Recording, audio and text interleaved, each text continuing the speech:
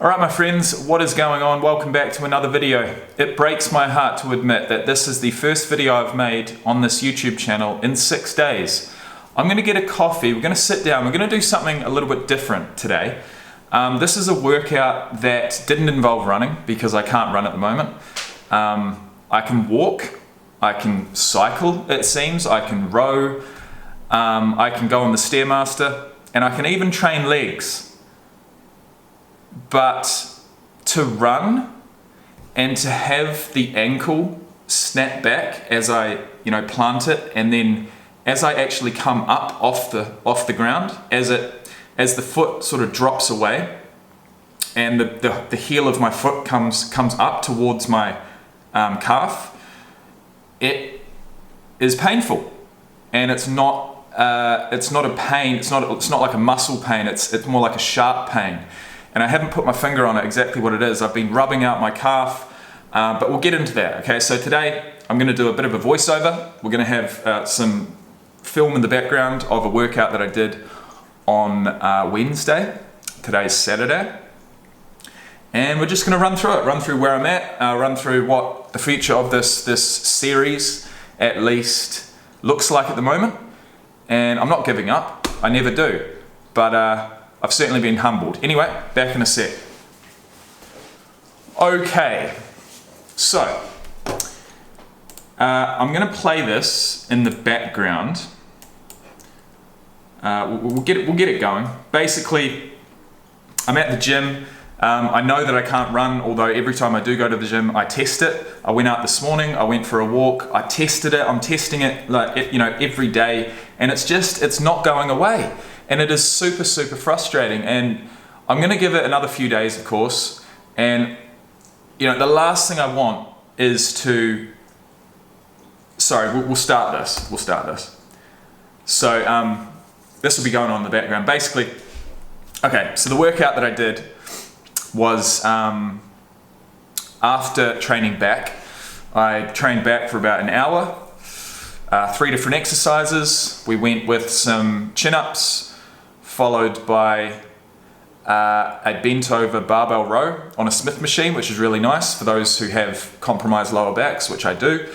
And then I went to a seated plate loaded row, and then we finished off with some lat pull downs with a close grip.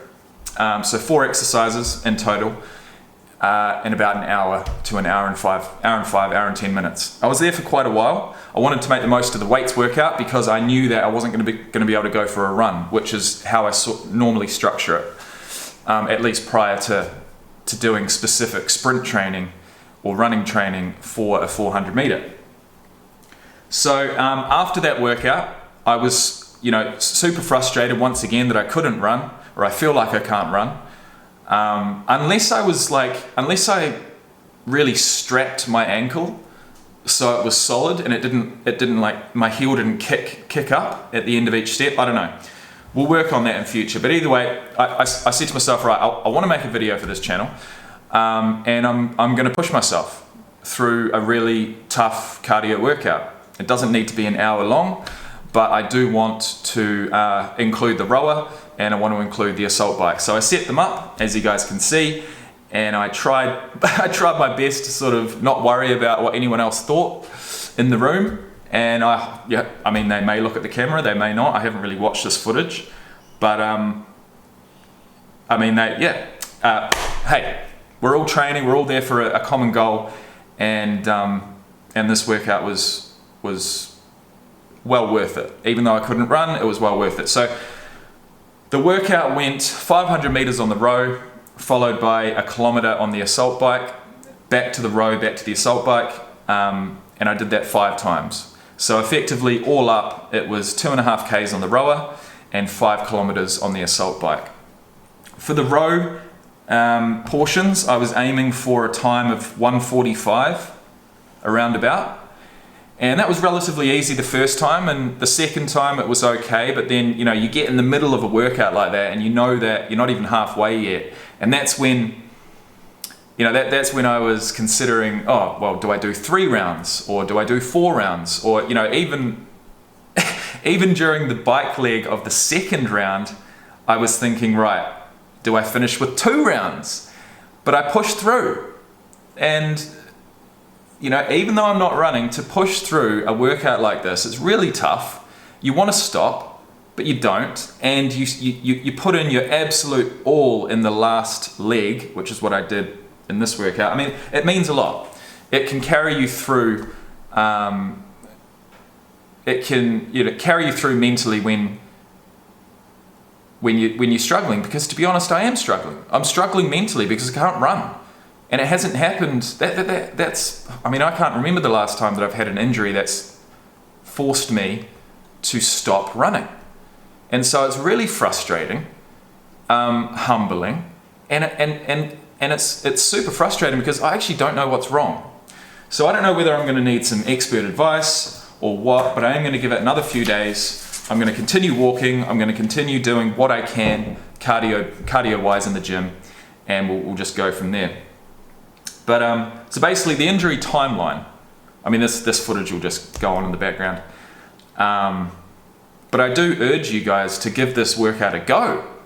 You know, 500 on the row, a K on the assault bike, back and forth 5 times, and give us your time. You know, put down in the comment section your time, because these are two pieces of equipment that are readily available in every gym, so there's no reason why you couldn't try it. It's a really good workout, a really good workout. Okay, so the injury timeline was, I went and did some sprint training on Tuesday. The first sprint training you saw on this video, on this channel. And my calves blew up after that. Not literally, but they were sore. So Wednesday came around, Thursday came around, and then Friday morning I decided to go back down to the track, get some more sprinting in. My calves weren't completely ready, but I was so, you know, I was just amping for it. I thought, this brand new channel, I'm really enjoying being down at the track, wearing these spikes, and I couldn't wait. So I went down, hammered out 10, 50 meter sprints on sore calves, and you know, there was no tears, there was no ankle soreness, there was no Achilles pain, it was just the calves. And so Saturday rolled around, and they were surprisingly good. Like they certainly weren't as bad as they were early on. And then Sunday rolled around, and I thought, right, well, my calves are feeling relatively good. I want to get back down to the track. I'm not going to do any sprints, but I am going to go down and do some 400 meter laps just to get some times.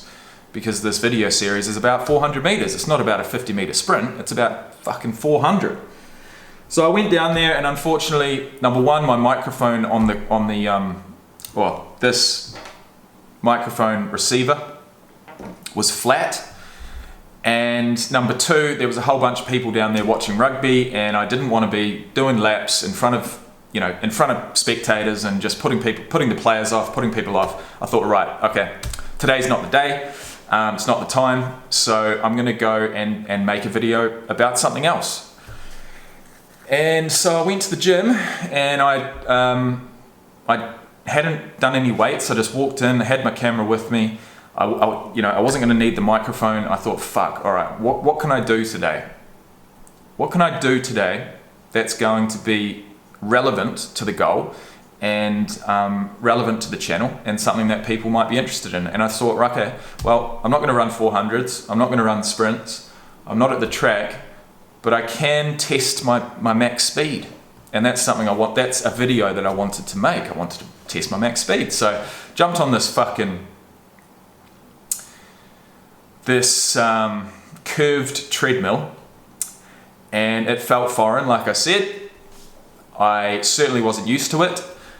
But you know, I decided, right, well, now's the time. Even if I'm only on this for like 5 minutes in total, if I can get off here with a number in mind of a top speed, and I can report that back to the channel, that'll be a useful video. That'll keep people, you know, interested, and then I can move on, and I can go down to the track some other time and do some 400s. In fact, I had plans of actually going down there later that day once everyone had left, but obviously none of that happened. So I ran on the treadmill, and basically once I got up to top speed, I don't know what happened. Maybe, you know, the angle of my foot on the treadmill wasn't ideal, but I felt a pain in my calf that was really sharp and really painful, and it wasn't the muscle soreness that I'd had previously. It was something different. So I'd obviously strained something, and I immediately stopped, and I sort of poked and prodded around, and there was a sore spot basically about halfway up my calf, on the outside of it. And so I tried again, and the pain was still there. And so that was extremely frustrating, and I walked off that treadmill just feeling like shit, basically. I thought, fuck, what have you done? You know, have you pushed yourself too hard too early? I honestly did not expect that to happen, but it did. So I went back down the stairs, and I went into the weight room, and I trained back, and I, put in a good effort, which I'm proud of because I was feeling really, really disheartened. So I put in a good effort, got a workout in, and then left and made the video that I created, episode number 6, talking about, have I injured myself? Well, it seems, yeah, I did injure myself. So basically, left it for the next couple of days. On Tuesday, I went to the gym, trained, and then I went for a 5K run. And at this point, it was just the calf, still just the calf, and it was coming right, and it was, it was okay, it was coming right.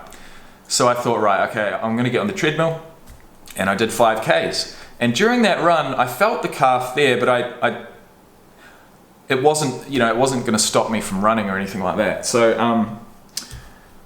the 5K I did in 25, 26 minutes. Nothing crazy, but I did finish it at a pace of 20 Ks an hour, which is a 3-minute kilometer. So I finished my last 500-600 meters at that pace, and finished it off well. But I think what may have happened is, whilst running, I was favouring the right leg. I was favouring the calf. I didn't want to, I was trying to run, I guess, in a cadence that wouldn't aggravate it. And I think what that may have done is cause some transfer of, whatever pain in the calf to my ankle, or to the bottom of the calf. See, it's hard to pinpoint exactly where it is, but obviously the calf goes all the way down, and it's not in the Achilles. Although when my heel goes up at the end of each step, it does feel like it's around the Achilles. But I've had a sore Achilles before. I've had a strained Achilles before, and it's you touch it and it's painful. Whereas the Achilles tendon is not painful whatsoever. It's something underneath it, and it's super frustrating. But either way, so I got off the treadmill, and I wasn't really feeling the ankle soreness. But either way, I woke up on Wednesday, and the calf was not as sore. But I got out of bed, and I felt this real soreness in my ankle, and I thought, fuck, what's this? But I wasn't too worried, because I thought, well, the calf soreness just goes away on its own. This will go away on its own as well. And sadly, it just hasn't. It hasn't gone away. So I had to wear sneakers at work on Thursday and Friday, because the boots that I wear, just the way that they're so, the sole is so flat and hard, it was aggravating my ankle. So I wore sneakers for Thursday and Friday. It's Saturday today. I went out for a walk this morning. I can feel it, especially when I jog at, just a very, very, very light pace. I can feel it, and it's just so disheartening. So there's certainly no sprinting at the moment. I'm just going to assess it, see how we go. But one thing I will say is that this workout, this rowing and bike workout, did not aggravate it whatsoever. So that is a plus. And it's because I can keep my foot, horizontal. It doesn't need to bend as much on a rower and a bike as it does when you run, especially on a pavement, which is quite harsh. So that's nice. And this workout that I did is something that I can repeat, and I can try and get better at, try and get more efficient at. And it's all about getting the heart rate up, especially for a sub-60 400 meter, right? It's about getting the heart rate up and being able to push through, and being able to continue a certain level of pace. Now, obviously, this workout was 18 minutes long. It's not 60 seconds long, but I will say that on my last round, probably the last 30 to 40 seconds of the final bike leg, I did go as hard as possible, and I wanted to at least get something out of this that kind of at least replicates, you know, that Sub-60 400, which is just feeling absolutely dead but continuing to push through. So at the moment I'm just going to try and stay as active as I can. That's all I can do. This morning I'm going to go to the gym. I've been out for a walk for an hour, and that's all we can do, right? It's when life gives you lemons, you make lemonade. At the moment I'm trying to make lemonade. I did not expect to be injured so soon, and it is extremely frustrating. But what doesn't kill you makes you stronger, and that's the attitude I'm going to take into this.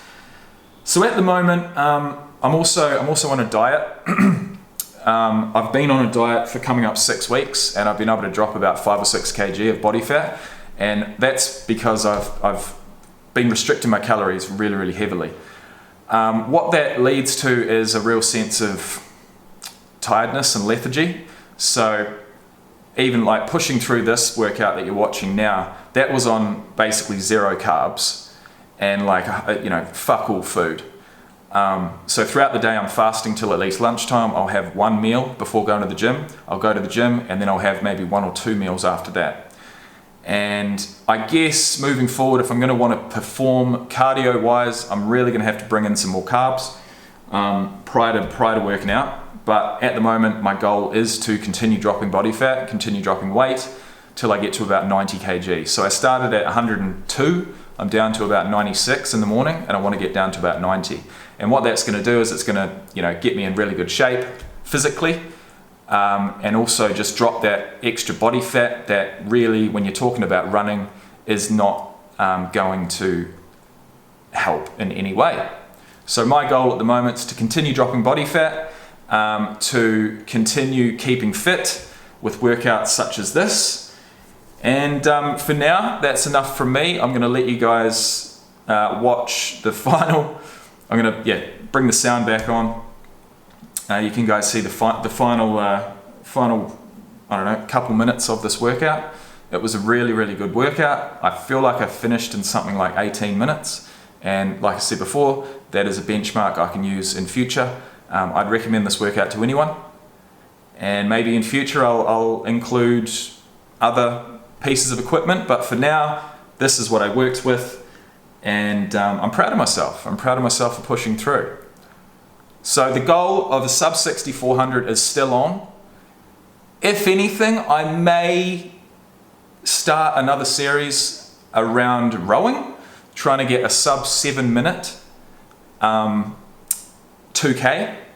A 2K row is a distance that's, you know, quite it's difficult, certainly difficult, and to be able to do reps of 145 to 150 during this workout, you know, if I was able to string 4 of them together, that's almost a 7-minute 2K. And from what I gather, a 7-minute 2K is relatively good, although we could bring it down to something like 6:30. So all of that and more will be revealed. Thank you for watching, guys, and this will be the final leg of the workout on the assault bike. Peace.